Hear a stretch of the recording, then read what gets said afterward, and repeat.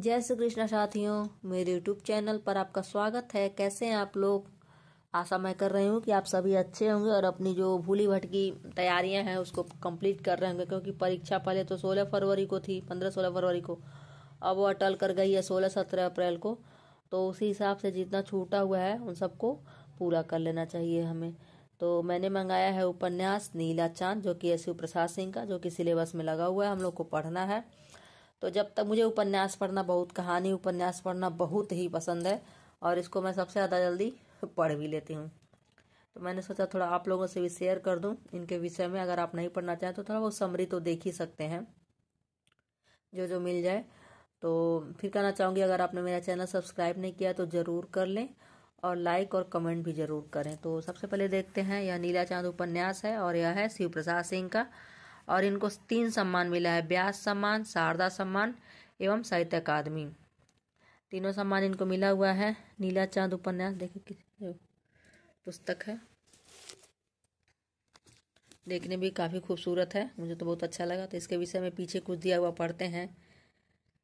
नीला चाँद नीला चाँद नीला चाँद, यही है इस बीच के 3 सुप्रसिद्ध 3 उपन्यास। ऐसा ही कहा था उषा किरण खान ने। नीला चाँद कालजयी कथाकार शिव प्रसाद सिंह का यशस्वी उपन्यास है, जिसे 3 प्रख्यात पुरस्कार सम्मान मिले। 1991 में साहित्य अकादमी, 92 में शारदा सम्मान और 93 में व्यास सम्मान। तो एक लगातार मिला है, इससे भी याद रख सकते हैं, 91, 92, 93। नीला चांद के लिए व्यास सम्मान की प्रशस्ति में ठीक ही कहा गया है कि शिव प्रसाद सिंह का अनुकरण नहीं किया जा सकता। वे एक साथ बेबाक ढंग से स्वरूप और सौंदर्य को, विभत्स और विरूप को, भयानक और चमत्कारिक को साकार और जीवंत करने की कला में दक्ष हैं। वे इतिहास के स्रोतों से लेकर पुरातात्विक उत्खनन से सीधा संपर्क रखते हैं, शिलालेखों को जांच कर अपनी सामग्री ग्रहण करते हैं। नीला चांद मध्ययुगीन काशी का विस्तृत फलक है। प्रस्तुत है नीला चांद उपन्यास का नया संस्करण। पर क्या नीला चांद की सम्यक समीक्षा हो गई?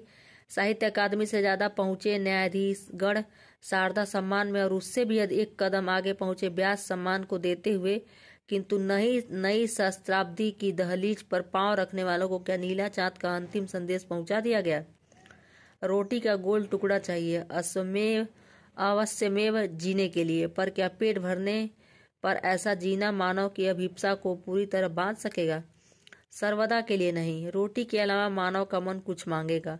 कौन देगा यह संदेश? कौन दिखाएगा अमावस्या की रात में उपेक्षित पड़े नीला चांद को, जो हर मनुष्य को सहज प्राप्त है? सिर्फ नीला चांद, जो न तो धर्मोपदेश है, न ही अखबार का एक पन्ना। आइए फिर खोजें और क्या है इसमें। तो यह है उपन्यास का कुछ सार। और अभी देखते हैं शिव प्रसाद सिंह के विषय में। 19 अगस्त 1928 को जलालपुर जमनिया बनारस में पैदा हुए शिव प्रसाद सिंह ने काशी हिंदू विश्वविद्यालय से 1953 में MA हिंदी से किया। 1957 में PhD काशी हिंदू विश्वविद्यालय में अध्यापक नियुक्त हुए, जहां प्रोफेसर और विभाग अध्यक्ष भी रहे।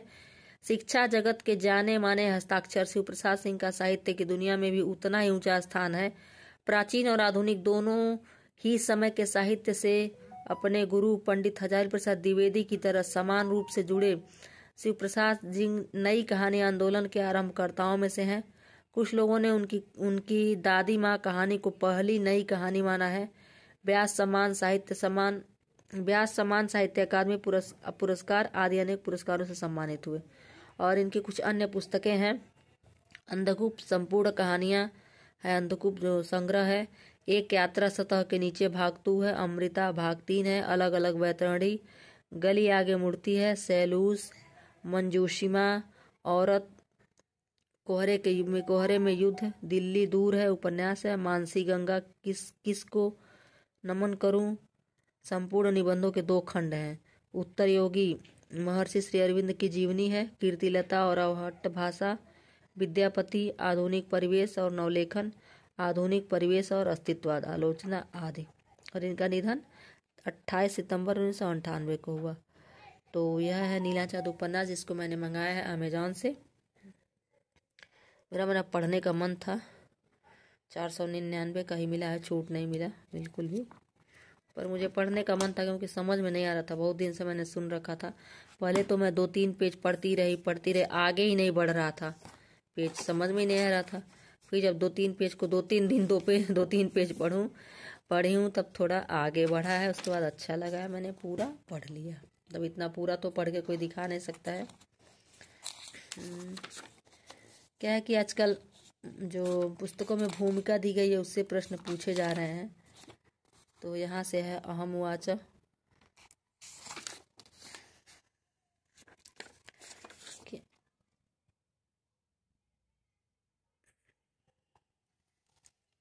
दिया हुआ है, भूमिका है ये।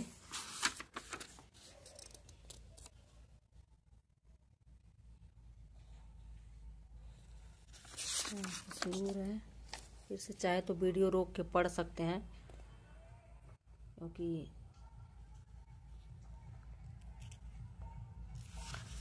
वीडियो रोक के भूमिका को पढ़ लीजिएगा आप सभी लोग।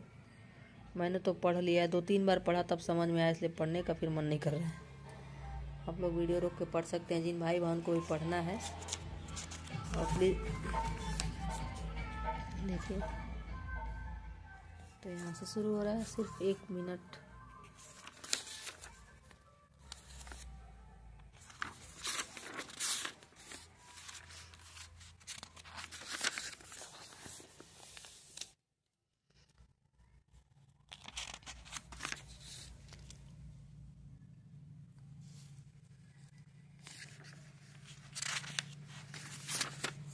मतवारड़ी एक यहाँ से शुरू हो रहा है। अमावस्या की काली रात धीरे धीरे गजीन होती जा रही थी, देख सकते हैं।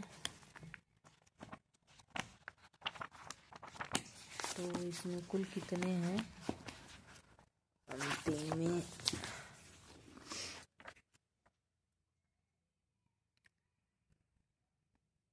नेपथ्य दिया हुआ है अंतिम में, महाशिवरात्रि 57। तो ये है पूरी पुस्तक। हाँ,